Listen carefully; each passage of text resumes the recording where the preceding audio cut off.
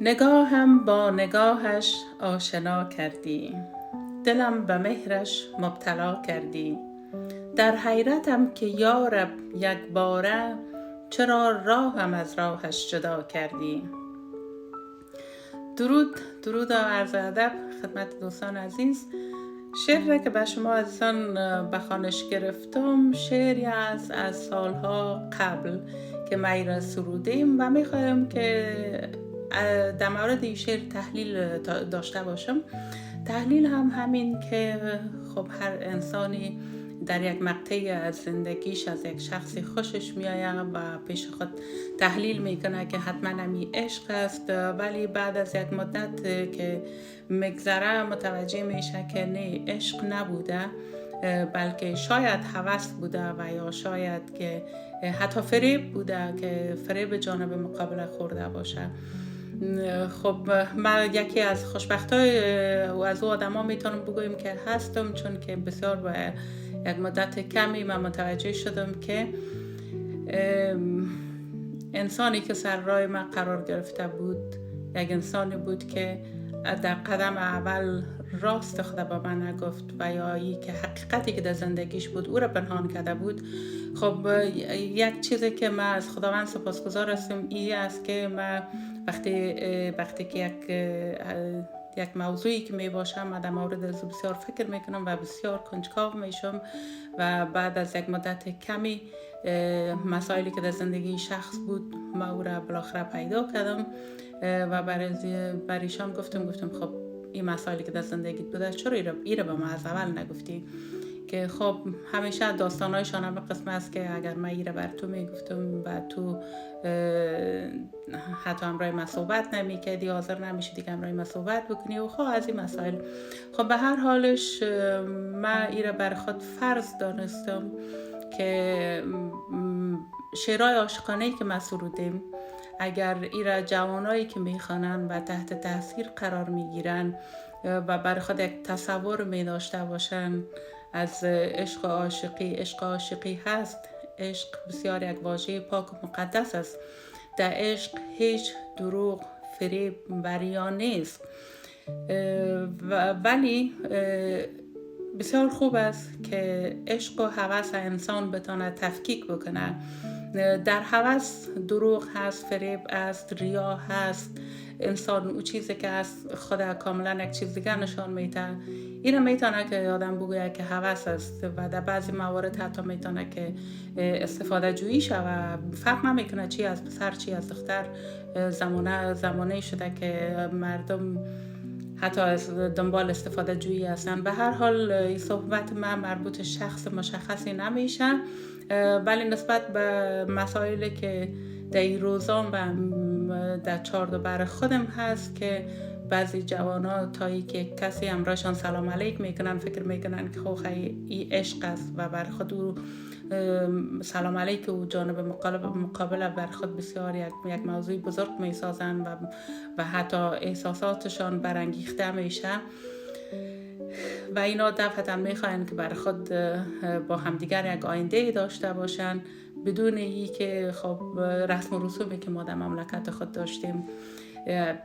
وقتی که یک جایی حتی می رفتن خواستگار در مورد از خانواده تحقیق میکردن، حالا اگر خیش و قوم نمی بود بیگانه می بودن، در مورد از او دختر، در مورد از او فامیل دختر تحقیقات صورت می گرفت و بعد از یک تحقیقاتی و خانواده پسر می رفتن به خواستگاری و دختر و همچنان خانواده دختر هم از اونا وقت میخواست و از خانواده پسر وقت میخواستن که ما را یک مدت وقت بتین تا ای که ما هم جستجوی در مورد شما داشته باشیم و ای با کمال احترام پذیرفته میشد و این وقت به خانواده دختر هم داده میشد. بعد از یک مدتی که پرسجو میشد در مورد پسر، در مورد خانواده پسر و زمانی که مورد پسند خانواده دختر هم این خانواده قرار می گرفتن، بعد از او خب همو معامله خوشی یا همو ای که دختر خود به عقد و نکاح اون نفر بخواین در بیارن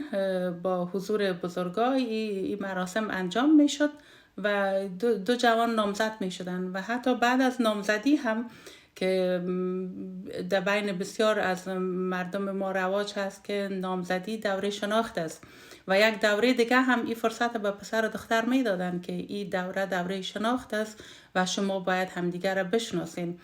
و در این دوره بسیار یک فرصت خوبی بود که دو جوان همدیگر را بهتر مشناختن، در خوی خواص همدیگر را آشنا می شدن. خب بالاخره اگر خوی خواص همدیگرشان برشان قابل قبول بود، باز این دوران نامزدی هم به ازدواج می انجامید. به می خاطر است که بسیاری از بزرگای ما که هست ازدواجای موفق داشتن و تانستن که یک عمر در کنار هم بسیار به خوبی و درستی سپری کنن.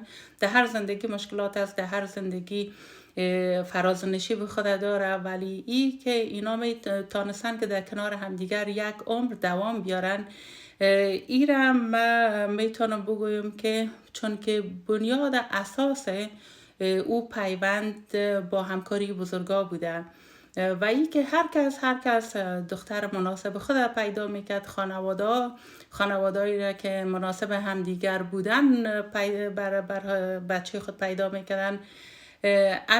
امی مسائل به نظر من باعث می شد که تانستن بزرگای ما یک عمر را به خوبی و درستی با هم زندگی کنن. حالا این را من گفتن نمیتونم که یک عمر اینا با خوشی زندگی کردن، چون در هیچ زندگی 100% خوشی نیست.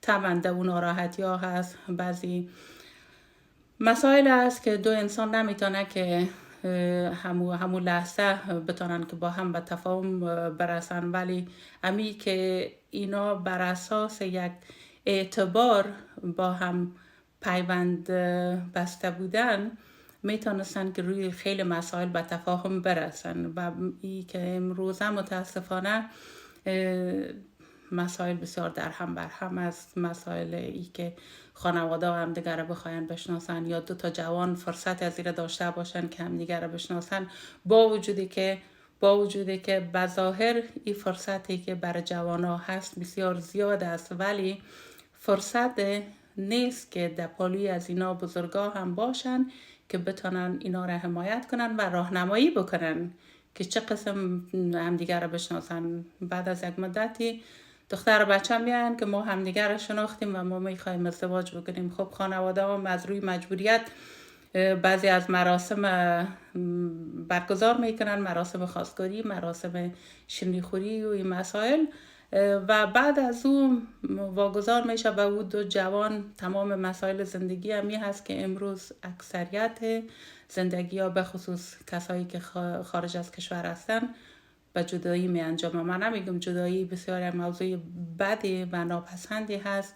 به نظر من جدایی یکی از جدا شدن بعد از اینکه نمیشه که مشکلات حل کرد، خب یک موضوعی هست که میشه گفت بهترین گزینه هست و او هم سختی های خود داره، آسان نیست اشخاصی که جدا میشن. خب به هر صورت